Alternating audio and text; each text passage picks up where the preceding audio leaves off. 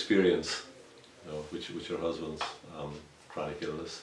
Right. With his stroke 10 years ago, I understand it happened. That's right. So if you wouldn't mind sharing with us some of your thoughts and experiences and what you've learned over the years. Okay, yeah. Well, I suppose if I go back to the very beginning, on the 29th of May 2006, Pat went out to play a game of golf and he didn't come home until the 31st of August, 3 months later.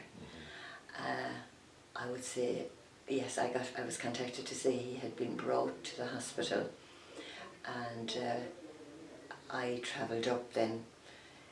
He was taken by car. Unfortunately, he didn't go by ambulance. And again, I not knowing anything about strokes, I didn't put pressure on when we were in E&E to have him admitted straight away. And I think a bit of time was lost, possibly. And so when he did get in, he didn't have the clot bursting injection. Sorry. Now it was pretty new, I think, at the time, and maybe it was that, or that we were gone too late. We were too late before we got in, But we stayed with him for the few hours. And I suppose, speaking for myself, I knew nothing about strokes, neither did Pat, and I actually thought it would pass. I thought that would pass. So he had scans that night, and then the following day I went home early in the morning, and I went back up again the following day, and he was in a room. And then I realised, when I saw the situation, that the paralysis had set in on his right side. His mouth was drooped a bit. His speech was a bit slurred, as it had been the evening before as well. And first thing I noticed was, I was married, at that stage we were married 39 years, and I had never seen Pat cry. And Pat was crying, and I really didn't know how to handle it. And the nurse came in and she explained that that was very normal as part of a stroke. And so I often say that, and it has left him with that certain emotion still. He can become emotional about something he's watching or something he hears, but we know about that now.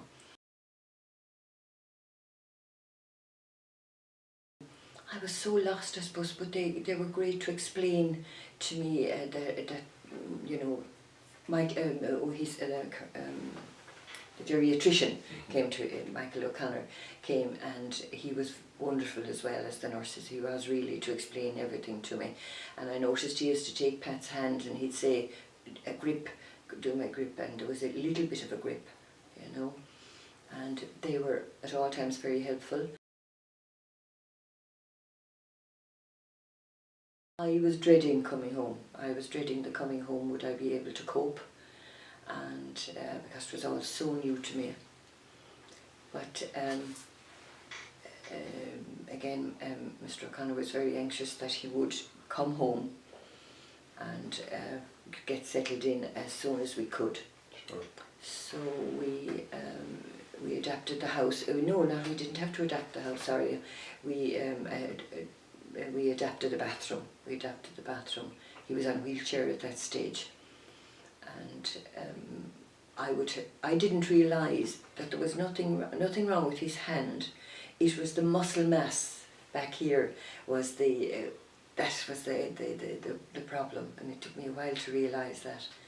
So that was August going into September, and he vowed that he would cut his Christmas dinner, no matter how he did it, so that showed us the determination he had, which was great.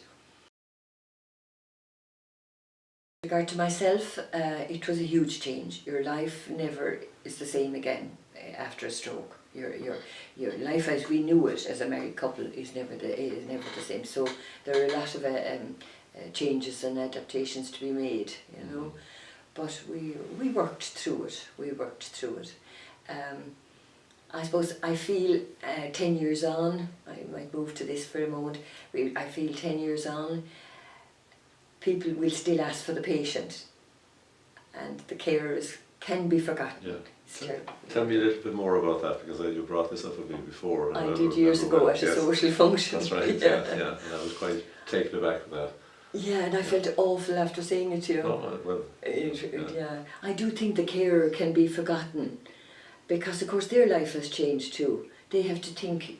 They don't get up in the morning and say, oh, I'll go away now today and I'll play golf if you're a golfer or whatever. You have to see that their food is ready for them, and you have to make sure that all is in order, showering wise and all that. But nowadays I don't have to shower him. I mean, he's doing that all himself now. At the beginning I had to help with his toilet situations and with the shower, but that's all in the past now. But you could feel sorry for yourself, you know. Yes. I could feel sorry for myself really, and I'm talking to often I talk to others who are in the same situation as I was, and they would say, nobody thinks of the carer. Certainly, I have to say, the role of the GP is vitally important, and our GP is just wonderful. You don't have to be saying this. I know I don't, because you're there, but I want to say it. I just want to say it. The GP, when he has bloods taken, he's informed as to the results connected with his warfarin, and he never has to wonder when he has a test done, because the GP comes back and will inform him. So, and that he loves to know exactly where he stands, and of course so do I. And at the very beginning, the district nurse called a number of times and was very, very helpful, and she brought in the occupational therapist, having assessed the house and where to put the appropriate grab rails, and an important thing is get rid of mats in a house. Get rid of mats. Because have no hazard that can cause a trip or a slip. Yeah.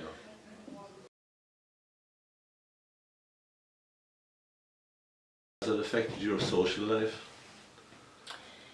I suppose I feel the need to be around more.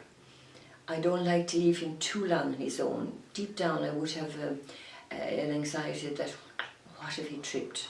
Mm-hmm. And but he has an alarm system, which is not the best at wearing, so we must make sure if I'm not there that he wears it, because an hour could make an awful difference. Sure. 2 hours less could make an awful difference. That wearing the aids is very important, Sure. Yeah.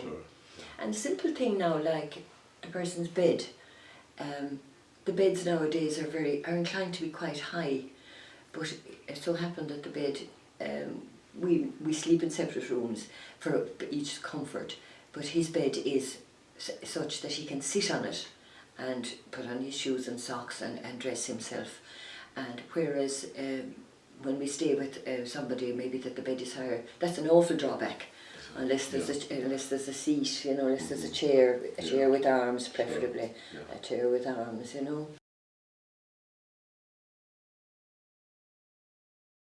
Things like, and it's little things that matter. Yeah. It's little things that add up to frustration. Yes. Yeah, and sometimes I don't answer all the time because it can be a lot of calling sometimes. Yeah. Because of course he's in his chair and I'm in the other kitchen. I'm in the kitchen getting a meal, and I said, "Oh no, not again." But they're the minor things. Yeah. They can be cut out. They're just the minor things that can get on a person's nerves if you're doing something. Sure, yeah. It's the little things that can get on your nerves, really. You cope with the major things. Major things are always dealt with. Sure. And thankfully we've got 10 years. Now at the very beginning, if someone told me, you'll be doing this for at least 10 years and more, I would say, I'll never be able to do this, I'll never be able to cope. You do. You adjust and you work through the changes. Sure. Yeah, as long as you don't expect things to be back the way they were. Sure. Yeah.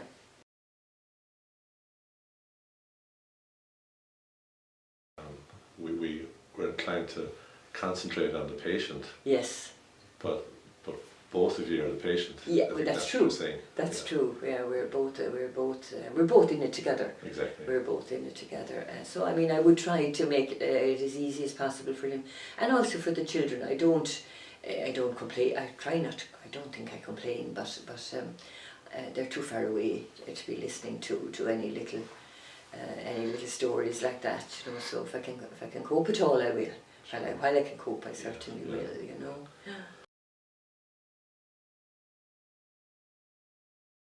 There's one thing we both feel very strongly about, and that is people parking in designated disability parking spots.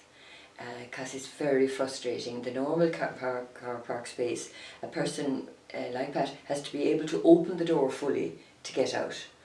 So it's and people say, oh, I'll only be a minute, but it's never just the minute.